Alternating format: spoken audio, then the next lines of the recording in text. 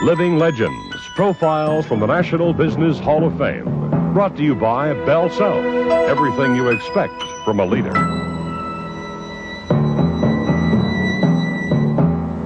Peter Lynch, former manager of Fidelity's Boston-based $13 billion Magellan Fund, surprised Wall Street in May 1990 by retiring at age 46. Acclaimed as America's top money manager, Lynch quit his 100-an-hour-a-week job to devote more time to his family, church, and charity. A graduate of Boston College, Lynch started at Fidelity while still an MBA candidate at Penn's Wharton School of Finance. Well, I worked the summer of '66 between years of graduate school, and then I had 2 years in the Army. And then I came back in '69, and actually it was 8 years I was in the research department, which was a long period of time. But I think in retrospect it was terrific. If it had been just 1 year or 2 years, and all of a sudden you're managing a fund, what really counts is when you step to the plate and they start throwing those fastballs at you and the curveballs. And I think the fact I had 8 years in the research department, and I had been buying stocks since I was 20, and I was now 33, I think I was ready to, have a chance to decide what stocks are overpriced and what stocks are valuable. Were you set free in this environment in Fidelity to do just that? Well, Fidelity, obviously, we have different types of funds. Some funds have a very strict limitation. They can only buy very conservative stocks with dividend yields, or they have to buy overseas stocks, or they have to buy cyclical stocks. Magellan Fund was a very flexible fund, so it was an ideal product. I could buy whatever I wanted, as long as I understood what they did. That was I could buy overseas companies. Volvo was my largest position at one point in time. I could buy companies that were in any industry. That was a big edge, I think. One of your trademarks at Magellan was the number of stocks in the portfolio that you managed. Right. And the more your critics said it's too big, you're getting greedy, the more you were determined to prove them wrong, and you did. Not really. No, I think those critics that you mentioned, they probably kept me on the job 3 or 4 extra years. And when the fund got to be $1 billion, people said, get out of it. When it got to be $3 billion, they said, it's too big, forget about it, leave. And then in the last 5 years I managed the fund, it beat 99% of all funds, and it was the largest fund in the country. That's what I'm most proud about. Would you make the analogy, that is it closer when you manage a fund to an art or a science? Oh, it's definitely an art. It's clearly an art. If it was a science, everybody would hire, buy time in a Cray computer, an IBM computer, put all the variables in, everybody would be a billionaire. It's clearly an art. Tomorrow, outperforming the beast.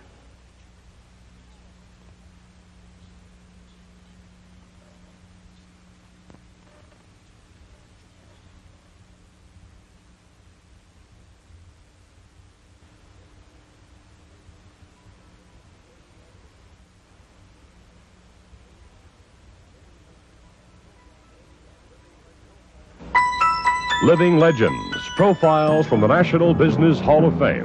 Brought to you by Bell South. Everything you expect from a leader. Peter Lynch, former manager of Fidelity's Magellan Fund, built the nation's largest mutual stock fund from $20 million in 1977 to $13 billion in 1990, leading it through bull markets in the 1987 Wall Street crash. Lynch believed common sense was the best way to make money for Magellan shareholders, who numbered 1 out of every 100 Americans. My responsibility, I thought, was always to buy the best stocks. Explain to them the market's going to be volatile, and that they should understand that only part of their assets should be in stocks. If they're going to retire in a year or send their child to college in a year, to put all their life savings in my fund doesn't make any sense, because what it's going to do in 12 months is random. You can flip a coin. It'll go up, it'll go down. The market's random. But over 5 or 10 years, the market's relatively predictable. That's something I try to explain to people. What clues did you have about the bull market in '82? None at all. What I had in '82 was the fact that interest rates were, the prime rate got up to 20%. We had record unemployment, record inflation. You just had to make a bet. Is the country going to hold together? Well, you must have thought things were going pretty well to take a vacation in October of '87. Right, yeah. What did you think was going to happen, and in hindsight, what happened? And in October of '87, we had planned this trip for about 2 or 3 years to go to Ireland and see a lot of different golf courses and a lot of inns. And obviously, I had no idea the market was going to drop 5 or 8 points. The first day I was there on Friday, it went down 100. And we left Thursday night after work. And the first day we were in Ireland, the market was open. The market went down over 100 points. And I said to Carolyn, if it goes down on Monday, we're going home. Guess what? It went down 508 on Monday. So in 2 days, I lost about $3 billion worth of my fund. I figured if I worked the whole week, there'd be nothing left when I came home. So it only weighed 2 working days. From your experience, I mean, the market fell 33% between August and October. Now, that happens every 6 years statistically. What was different this time? The market, people remember that fell very rapidly. But prior to it, the market had risen 1,000 points in 11 months. Went from 1,700 to 2,700 in 11 months. And then it fell 1,000 points in 3 months, almost 2.5 months. So the fact that it had this rapid, it took 4 years to go up 800 points, or basically 900 points. And then 11 months, it went another 1,100. So the advance was so fast that it corrected. So in October of 87, you were exactly where you were in September of 86. You had gone from 1,700 to 2,700, back to 1,700. Nothing had really happened. Companies were doing okay. The economy was, interest rates are coming down. What do you think history will say about the 80s and the mentality on Wall Street? There was a lot of excesses. There was a lot of easy money around. Some people, were subdued by that. I think that was a mistake. But that's the way. There's always greed out there. There'll be greed there in the 90s. There'll be greed in the 2050s.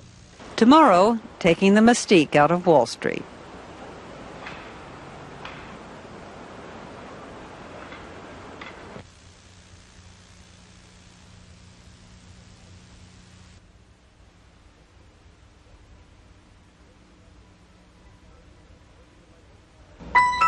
Living Legends, profiles from the National Business Hall of Fame. Brought to you by Bell South. Everything you expect from a leader.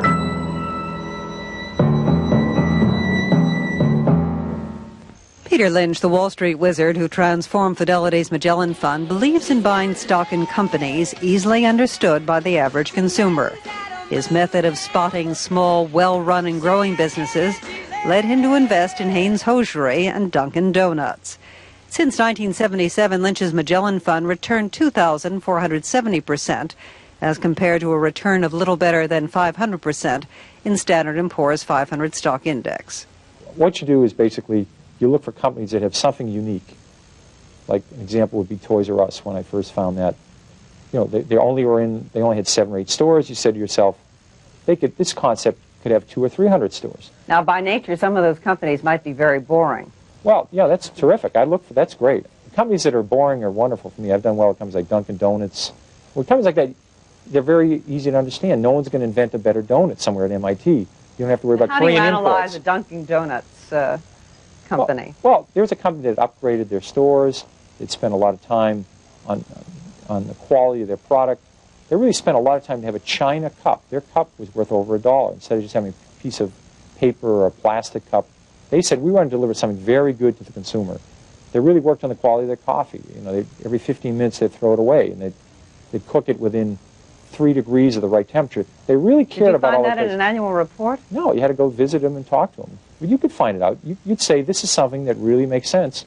And the nice thing about it is, if somebody comes up with a good donut system, and they really have a great concept, it's in the state of Washington, it's not going to affect Dunkin' Donuts if they're located in Virginia, if they're located in Massachusetts.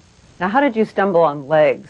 This is a product my wife said worked very good. And at that point in time, I did a little bit of research, and I found out the average woman goes to the supermarket about twice a week.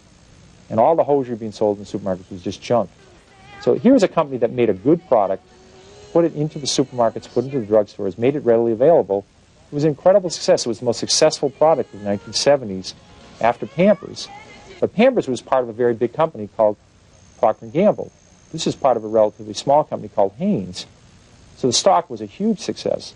It was eventually bought out by Consolidated Foods, a company who's now called Sara Lee. If it wasn't bought out, I think it would have been a 100-bagger instead of just a 10-bagger. It was a big success. At what point do you decide in a company to cut your losses? It's only if the company's doing poorly. If you bought a company because you thought this new product was going to work, or the aluminum industry was turning around and you know something about the aluminum industry, if all of a sudden the product isn't working or the industry's getting worse, if you're wrong in the fundamentals, then you sell. If the company's doing fine and the stock goes down, that's a great opportunity. Tomorrow, Lynch's Guide to Picking Stocks.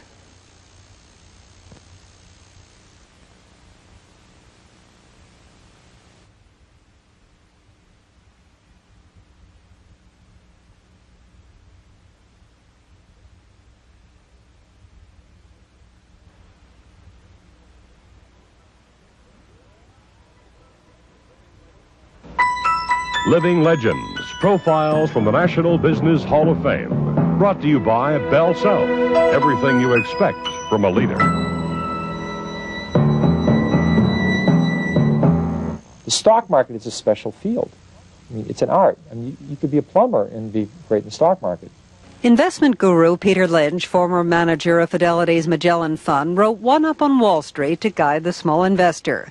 He says finding a 10-bagger, or a stock that makes 10 times the money invested, may only be as far away as the local shopping mall. Lynch contends that anyone can pick stocks as well as the experts.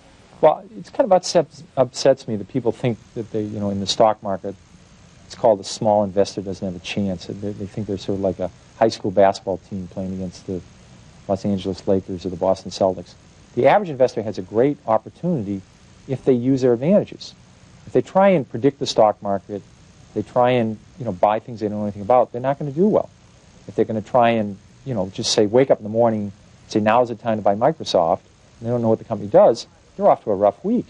Outline the basic mistakes. Well, first of all, they don't spend any time. When they buy a microwave oven, they might spend 2 hours of research on that, and for a $300 purchase, and they'll put $10,000 on a stock, and they won't spend 10 minutes looking at the company. So a little bit of work. You have plenty of time in the stock market. You could have bought Walmart 10 years after it was public and made 10 times your money after that. So you have lots of time to say, this company is really different, it's really unique. They have lots of time to roll. They're still only in a third of the country.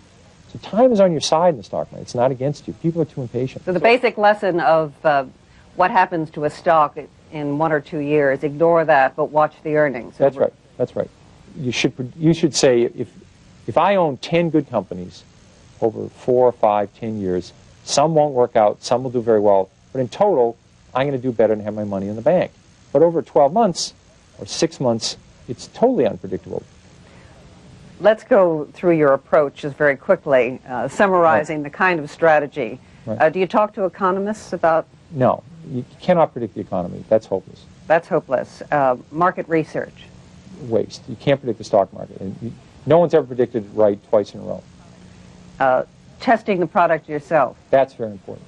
That's very important. What am I leaving out? Well, interest rates. A lot of people worry about interest rates. Obviously, if you've been able to predict interest rates, you've been able to predict the stock market. But no one can do that either. So all these basic things relate to, I can't predict the stock market, I can't predict the economy. You don't watch the Fed. No, don't watch what they're doing. But if I call up Sears, and Sears says, the carpet industry is getting better, I can use that information. I can then, I might not buy Sears, but I might look at 5 carpet companies. When I talk to General Motors, and they tell me steel prices are finally firming up, I might go look at 5 steel companies. Those are facts. I can deal with facts. When somebody tells me we're going to have a big recession 2 years from now, or a year from now, that's weather forecasting. I can't do anything with it. Useless. Tomorrow, taking time to smell the roses.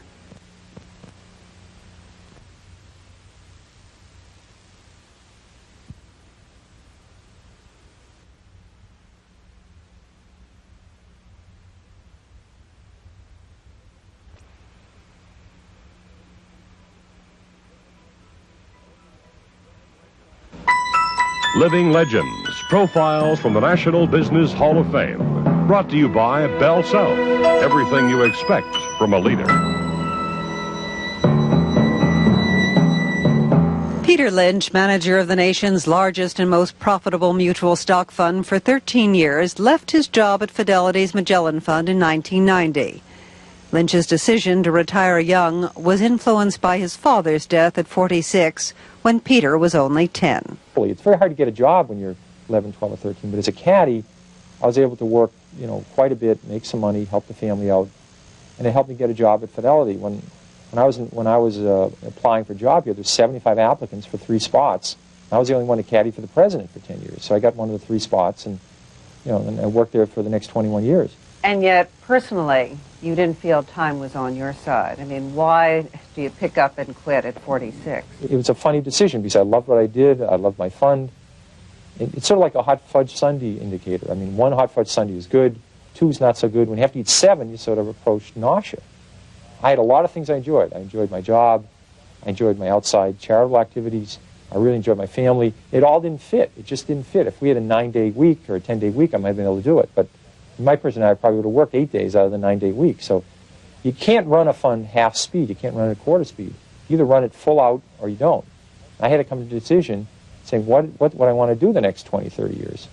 And I decided, you know, this was not what I wanted to do. Do you feel that once you made that decision, people came up to you and said, gee, I know just how you feel. I'd like to do the same thing, but I can't? That was amazing, Meryl. I thought a lot of people would be critical, a lot of people would be upset. You know, I had over 1 million accounts in Magellan. 1 out of 100 people in the country were in the fund. I received thousands of letters, thousands of telegrams and phone calls, and almost all of them said, gee, I really wish you'd continue to run it, but I think you're doing the right thing. Thank you very much. People that weren't in the fund said, I think it's a smart decision. You know, it was amazing. I mean, it was incredible. There was this outpouring of people saying, what a brilliant thing you're doing. I didn't think it was that brilliant. I just did it. What advice do you give those of your generation toying with the idea of getting off the fast track? Well, if they have enough net worth, and that's what I was lucky enough to achieve, and you're exhausted, and you can't do the things you want to do, and you have a lot of young children, and you want to spend some time with your wife, it's silly to keep working. I don't remember anybody, when they're dying, saying, I wish I'd spent more time in the office. I mean, I've never heard that statement. It just never occurs. I mean, you ought to say to yourself, what's good, what's fun? And if you've been blessed with enough net worth, it's silly to keep doing what you're doing.